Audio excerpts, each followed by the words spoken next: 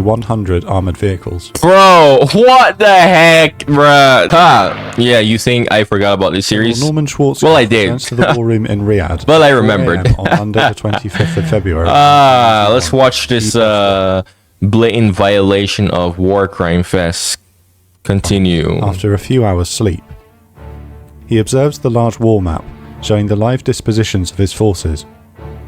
Nearly all Iraqi divisions on the front line, mostly made up of conscripts, have been annihilated. The 240 Abrams tanks of the 24th Infantry Division of 18 Corps have marauded across the border and aggressively penetrated 80 miles into Iraq. After slow progress securing objective Rochambeau on day 1, the French Daguet is preparing to launch its assault on their objective at As Salman Crossroads and Airfield. After their daring helicopter assault behind enemy lines on day 1, the legendary and respected 101st Airborne have progressed the construction of their forward operating base at Objective Cobra and prepare to launch a new advance to take and cut off Highway 8 in the Euphrates Valley. Highway 8 is not only Saddam Hussein's main supply line to his forces in Kuwait, but also controlling the road will allow the 101st to destroy any Iraqi military vehicles in retreat. The US Marines and Arab forces in the east continue their excellent progress towards Kuwait City. Marine helicopters perform mock attack runs towards the coastline at Faylaka Island. This is a feint and gives a portion of Iraqi troops the false impression that an amphibious assault could be incoming, keeping some of their attention focused in the wrong direction. As well as the liberation of Kuwait, the other coalition war goal is to destroy the Iraqi Republican Guard, neutralizing it as a potent force for years to come. For this reason, the heavy armoured divisions of 7 Corps need to be making fast progress north to cut off any divisions that try to escape Kuwait. Oh yes, liberate Kuwait. Okay, they literally could have just stopped at Kuwait after they liberated it. Push a bit deeper into a buffer zone, yeah. But like, they didn't. They just kept going. Like, bruh. Like, Kuwait, bro. I had people like half a year ago. When I posted this half a year ago, bro, people were like saying, "Oh, but Kuwait, bro, Kuwait." But my Kuwait needed liberating. Okay, why did they keep going after Kuwait? Like, they just kept going. They went straight for Baghdad, bro. It's so stupid. The difference in progress between the Like, left and right use your flanks head. and the 2nd Corps in the centre. No, destroying the Republican Guard. I do know about the Republican Guard. I could perfectly understand why they would want to destroy that. Like, yeah, that's the actual objective there. So that's perfectly fine. But everything else, aside from liberating Kuwait and destroying Republican Guard, is just, yeah, no. Demands to know why they're so slow. In reality, the 24th Infantry Division of 18 Corps has met minimal resistance in their march northwards, whereas 7 Corps had to breach the defences of the Saddam line. The logistical pressure placed on 7 Corps by moving the main assault forward by 15 hours on day 1 has been significant, and so logistical chains can't reasonably be expected to be at full efficiency. Some in Schwarzkopf's circle of staff officers believe that he knows more than he lets on, and is simply exaggerating for effect to light a fire under his generals. The first action of day 2 takes place on the western flank of 7 Corps. The 1st and 3rd Armoured Divisions are manoeuvring across the desert to catch up with the 2nd Armoured Cavalry Regiment already in Iraq. They hope to reach the supply depot at Al-Bashaya later on, before dark. 1st Armoured's Divisional MLRS battery covers the mass of Abrams tanks as they roll forward. The conscripts of the Iraqi 806th Infantry Brigade are the unfortunate souls to be the first unit in their way. The display of firepower brought against them is short but very violent. Like the other conscripts on the front line, their resistance to the tank assault is minimal, and they surrender as soon as possible. The 1st Infantry Division advanced beyond the the Iraq army, bro. Which is so trash. It's just no way to put it, bro. Like it was so ineffective. Just horrendously ineffective. Like ridiculously ineffective, bro. Like it's funny to see how people say, "Oh, when Saddam Hussein was the leader of Iraq, bro. Iraq was the 4th strongest army in the world." No, they weren't. No, they weren't. They were the 4th largest army in the world. With that logic, North Korea is one of the strongest armies in the world. Now, right now, in 2025, the North Korean military is actually freaking reformed due to the conflict in Ukraine. They're like one of the most potent forces and more experienced than even America. That's crazy, bro. North Korea is more experienced in modern warfare, and its military is more modernized for modern warfare than the United States. That's absolutely mad. But yeah, like size doesn't dictate freaking strength, bro. Like Iraq has such a big ass army, and all for what? The command structure was horrendous. The leadership was just horrendous. You know, Saddam Hussein was just so incompetent, was so damn paranoid of freaking getting couped that he had his whole military chain of command so limited they couldn't even do shit. Like, bruh, I do believe the Iraq army probably maybe sort of could have given the Americans a run for the money, but holy shit, bro, they're like Saddam Hussein just completely ruined them. Also, like a good 10% of the entire Iraqi army didn't even bother fight. I think it was like 10 to 15% or some shit. My memory's telling me 10%, but yeah, like a good 10% just didn't even bother fighting, just immediately surrendered without even shooting a shot. Just took off their clothes and just surrendered. Yeah, 1/10 of the entire army just. Yeah, so fucking cakewalk. To the Saddam line to clear the area beyond of Iraqi units. Once they're happy that the area is clear, they begin to guide the British 1st Armoured Division through the breach at 10 AM. The plan is to line up the divisions of 7 and 18 Corps in an echelon right formation, stretching from the Kuwaiti border to Highway 8, and then wheel the 2 corps in a right turn to hit the Republican Guard armoured divisions en masse. The 2 groups of the French Daguet are continuing their cautious advance north. Group East advance up the main road towards As Salman. Group West approach an area of land west of As Salman airfield. At 9:30 AM, French Gazelles of the 3rd RHC attack a few scattered Iraqi armoured vehicles with anti-tank missiles and fire short bursts of 20mm cannon fire near trenches. Again, the defending Iraqis have no desire to fight, and this is enough for them to surrender. The Gazelles continue to hammer bunkers. A short artillery burst covers the French tanks moving unopposed into the objective.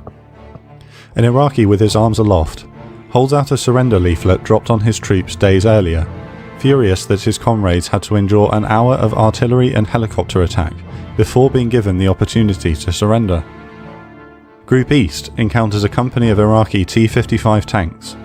2 Gazelles and an A-10 batter the column, destroying half of the 15 vehicles, and French tanks roll forward to finish them off. I swear, this is like the American military in a nutshell. Air power, air power, air power, air power, air power. And I literally said this when they reacted to how the Taliban got so good at smoking Americans' video reaction. Like, the American military is overrated. I said that back then. It's overrated. Overrated does not mean bad. It does not mean bad. It simply means that it's simply overhyped. America relies too much on technology, air power, super expensive shit, super expensive fancy shit that it blows quite literally billions trillions of tax-paying dollars at this point. Almost trillions. I think the U.S. military budget is 800 billion right now. I think is it at a trillion? I don't know. The last time I checked, it was at 800 billion. But almost a whole damn $1 trillion on literally just tax-paying dollars on a whole bunch of fancy shit that you know. Look at what happened in Afghanistan, right? Like, didn't really work too well for them.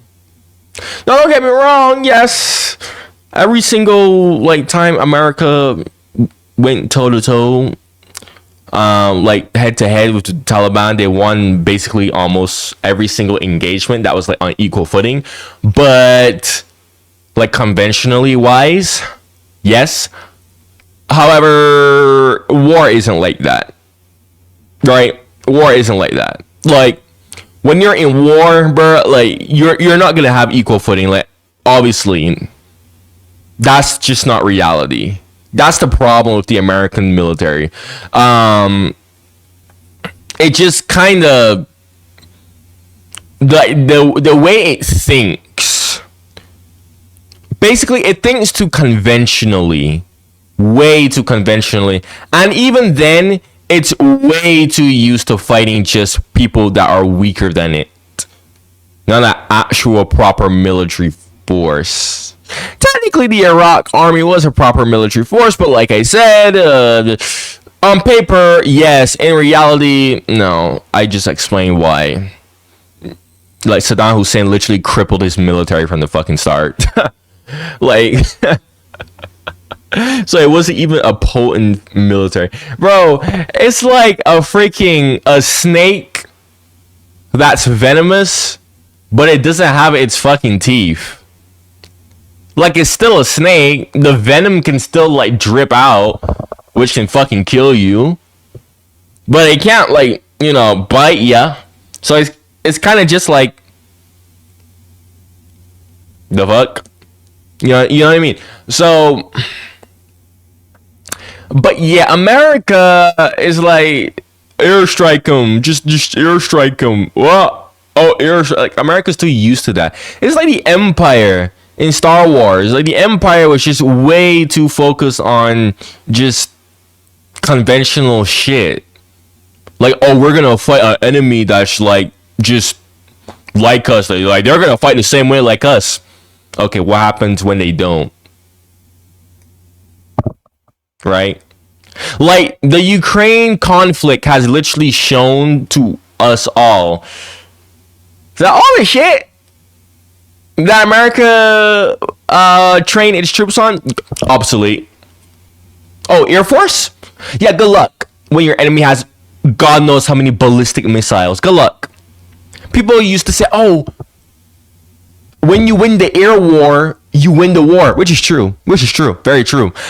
But we have ballistic missiles now. AA technology is so advanced that it's so dangerous to even fly in the damn air now. You don't even need to have an air force. You don't.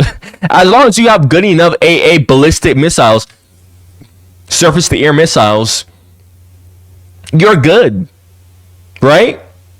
Tanks? Oh, tanks? Oh, the old doctrine that tanks used to have, gone, obsolete. Throw a javelin at it, boom, gone. Oh, infantry? Oh, use a drone. Yeah, literally everything that we've known about warfare, especially American military doctrine, it's all obsolete right now. It's crazy. It's actually crazy, bro. Now, I'm not saying that America won't adapt.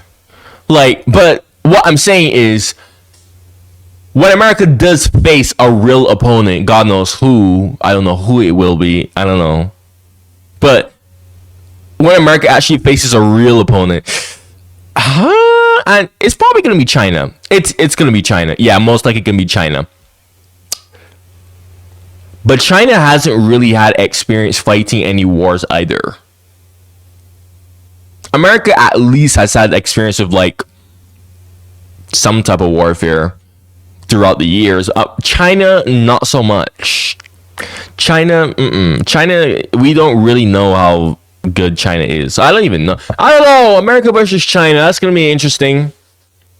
Although the Pentagon, many experts as well, has said that America's probably going to lose that war. Of their situation, nearby Iraqi infantry show courage standing up to the French tanks, firing RPGs at close range. However, they are eventually overcome by machine gun fire from the tanks. Group East continue moving north. Simultaneously in Kuwait, the Arab forces of Joint Forces Command East are moving up the coastal road. They're about 12 miles southeast of the northernmost US Marine elements. The commander of Task Force Papa Bear of the 1st Marine Division believes that a series of overground pipelines and sabotage burning oil wells to their east are enough to deter an enemy attack to their flank. They're wrong. Thick morning fog covers the advance of a recon unit of T-55s against Papa Bear's command post. Nobody spots them break through the fog, and the Iraqi tanks open fire into the command post tent. Miraculously, nobody inside is hit. Chaos erupts as they open fire with anti-tank weapons and fire. Luck. Had the Iraqis taken advantage of the chaos and continued to press their attack, they could very realistically have overrun the command post. An American corporal bravely charges at the tanks on foot and destroys a T-55 with a shoulder-launched AT-4. As the fog begins to lift, it's clear that a significant counterattack is in motion. 8 miles. How the hell do you have the advantage and you don't get any scores? Holy crap, the Iraqi army was just horrible. Miles north, Iraqi artillery zeroes in on the 1st Marine Division forward command post, likely using radio direction finding equipment to lock onto and home in on the command post radio antennae farm. This post is currently hosting the 1st Marine Division commander, Major General Mayat. Iraqi BMP armoured personnel carriers open fire through the mist from a tree line to the east. Infantrymen disembark and small arms fire and anti-tank missiles streak into the Marine encampment. The Iraqi force is brigade strength and is now just a few hundred metres away. 7 Marine LAV armoured personnel carriers and 40 infantrymen respond, forming a line and returning fire with small arms and anti-tank missiles, and the LAV's 25mm cannon. Realising the seriousness of their situation, the Marines request all available nearby Cobra attack helicopters to beat back the enemy line. The Iraqi troops are too close for Marine artillery support. The first of the responding Cobras scream in and hammer the enemy line with cannon and rocket fire. Seeing the Cobras, Captain Stephen Ray, commanding the LAV platoon, orders an aggressive counterattack against the larger Iraqi force. They roll forward, stopping only to reload their 25mm cannon with fresh belts of 600 rounds. Iraqi gunnery is terrible, and they score no hits on the marauding LAVs. Once again, the Iraq 4th strongest army in the world, they claim. Holy shit, bro. You know what Iraq proved? Yeah, Iraq proved that numbers isn't everything, bro. More Cobras arrive to join the Marines. Holy, this is so pathetic. This is just pathetic, bro. Ray continues the pursuit for a kilometre. Satisfied that the majority of the brigade's vehicles have been destroyed, he shows mercy and allows the last of the disarmed fleeing Iraqis to escape. With 38 vehicles destroyed and 300 Iraqi prisoners of war, Captain Ray is awarded the Navy Cross, second only to the Medal of Honor for heroism. Task Force Papa Bear have M60 tanks immediately available to hit back against the attacking Iraqi forces, and with the fog lifted, a large tank battle is in progress. Marine jets and Cobras have been scrambled and pound the enemy vehicles, with M60s and LAVs hammering the inferior Iraqi tanks. Particularly fearsome is the flight of 4 Cobras led by Captain Randy Hammond. Shaking my head, bro. They form a wide line abreast and fly northeast at 20 knots. Shaking my head. Each helicopter begins the assault with 4 TOW missiles, 14 rockets, 4 Hellfire missiles, and 720mm cannon rounds. they expend their entire munitions load in just 10 minutes. Over the next couple of hours, This Marines is wipe out 2 enemy brigades, including nearly 100 armoured vehicles. bro. What the heck, bruh? This is slaughter. This is literally a slaughterhouse. US 1st and 3rd Armoured Divisions Yo, making their way it's north towards Al-Bashaya, bruh. sweeping over all resistance. The British 1st Armoured Division is continuing its transition through the safe lanes of the Saddam Line. The 1st Cavalry Division advances into Iraq, skirmishing with Iraqi armour on the right flank. At just after midday, 60 Chinook I want to of the 101st see. Airborne from the forward operating base I want to see what the Arabs did. I don't even care about what America did, to be honest. I mean, we all know that America just completely washed off raw. But like, I completely forgot that Saudi Arabia was involved in it. I want to see what Saudi Arabia was doing, like how their forces were, like how good were their forces. 27 miles southwest of Highway 8. That's what I want to see. They don't have the range to reach Highway 8, so each drop 2 Humvees with TOW anti-tank launchers. These vehicles immediately depart northeast towards a rendezvous area near the highway. In 4 hours' time, Black Hawks will deliver the main infantry assault force directly to the rendezvous point, where the plan is for the combined force to take the highway together. However, heavy wind and rain has turned the Humvee's route into a muddy bog, and progress is nearly impossible. The French assault on the airfield at As Salman is ready to proceed at 2:30 p.m. First, a squadron of A-10s roll in to drop bombs on the hangars and bunkers. Following them, Gazelles move in to attack vehicles and bunkers with anti-tank weapons. 900 artillery and mortar shells are lobbed into the airfield as the 3 ground assault teams breach the perimeter. Team 1 clears the hangars on the west side of the airfield, Team 2 clear the hangars on the east side, and then the tanks of Team 3 smash through the fence in the centre and clear the buildings on the other side of the runway.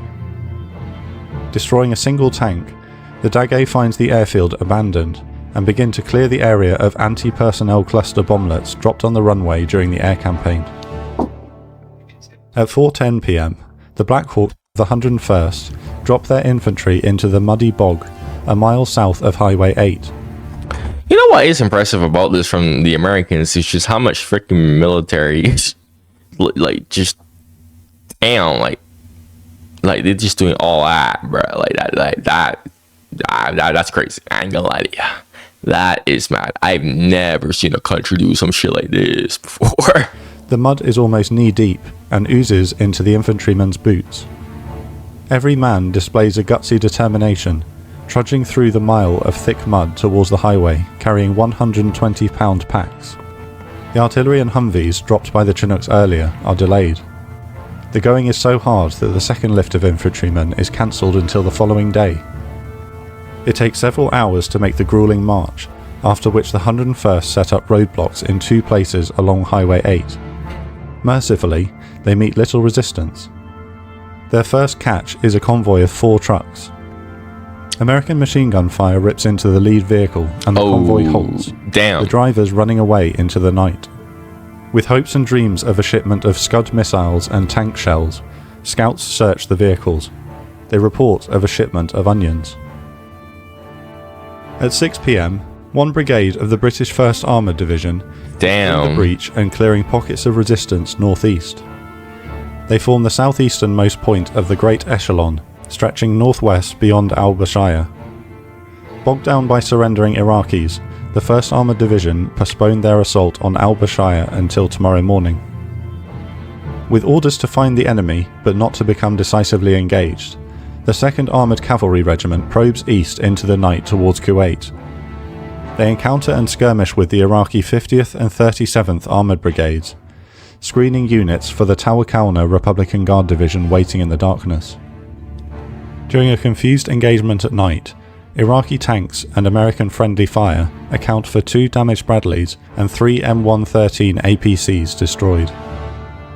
Behind them, Frag Plan 7 is in motion, and the echelon of divisions make a complex and dangerous wheeling right turn. The manoeuvre is hazardous because excitable and enthusiastic tank crew might mistake vehicles from other friendly divisions around them for enemy units, especially at night, through their infrared sights in bad weather. No such fratricide occurs. Each armoured division like a finger clenching into the fist, the mighty punch of steel and fury is about to be unleashed.